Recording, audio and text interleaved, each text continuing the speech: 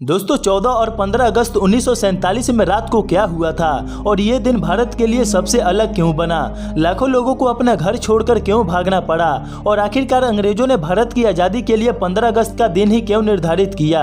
और जब सभी लोग आज़ादी की खुशियां मना रहे थे तब इस बीच महात्मा गांधी जी क्यों शामिल नहीं हुए।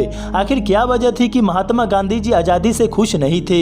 तो आइए जानते हैं 14-15 अगस्त 1947 के दिन भारत में क्या हुआ था कि जो लोग एक साथ रोज उठते बैठते थे वो एक दूसरे के दुश्मन कैसे बन गए। तो चलिए वीडियो को शुरू करते हैं। दोस्तों जिस दिन का सभी भारतीयों को बहुत ही बेसब्री से इंतजार था, जिसके लिए देश के लाखों लोगों ने अपनी जान दे दी, अब वो आज़ादी का दिन बहुत ही करीब आ गया था।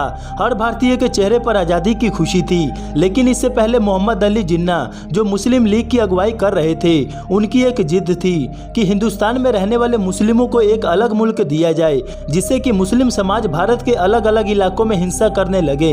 इस वजह से लोग फिर से दुखी हो गए। लॉर्ड माउंटबेटन जो भारत के अंतिम गवर्नर बने, भारत को आजाद करवाने के लिए लॉर्ड माउंटबेटन को चुना गया।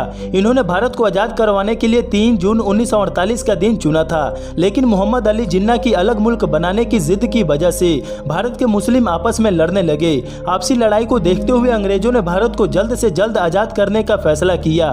तब लॉर्ड माउंटबेटन ने यह अनाउंस किया कि अब 3 जून 1948 को नहीं बल्कि 15 अगस्त 1947 के दिन भारत को आजाद किया जाएगा। अब भारत के ज्योतिषों का यह कहना था कि यह दिन भारत की आजादी के लिए सही नहीं है और वो उसका विरोध करने लगे।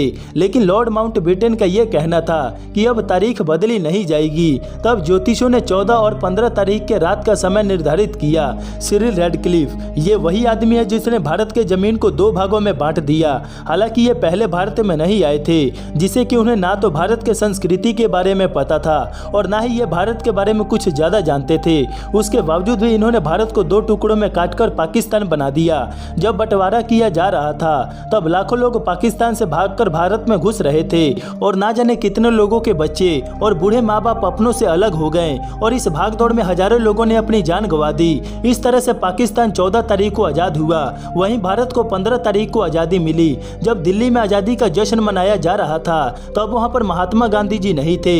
महात्मा गांधी जी दिल्ली से हजारों किलोमीटर दूर पश्चिम बंगाल में थे। तब सरदार वल्लभ भाई पटेल और जवाहरलाल नेहरू ने गांधी जी को एक पत्र भेजा जिसमें लिखा था कि 15 तारीख को आजादी का पहला समारोह मनाया जाएगा। आप देश के परम पिता हैं, स्वाधीनता के समारोह में आकर आप हमें आशीर्वाद दें। गांधी जी ने इस पत्र के जवाब में लिखा कि बंटवारे की वजह से बंगाल में हिंदू मुस्लिम एक दूसरे से लड़ रहे हैं। ऐसे परिस्थिति में मैं जश्न नहीं मना सकता। इस लड़ाई को रोकने के लिए मैं अपनी जान दे सकता हूँ, लेकिन मैं इसे रोके बिना जश्न नहीं मना सकता। इसी आपसी लड़ाई की वजह से गांधी जी दुखी थे। जो व्यक्ति भारत की आजादी के लिए कई सालों से लड़ाई कर रहा था वो इस आजादी के समारोह में शामिल नहीं थे। दोस्तों 15 अगस्त 1947 को भारत आजाद तो हो गया था, लेकिन भारत के पास अपना राष्ट्रीय गान भी नहीं था।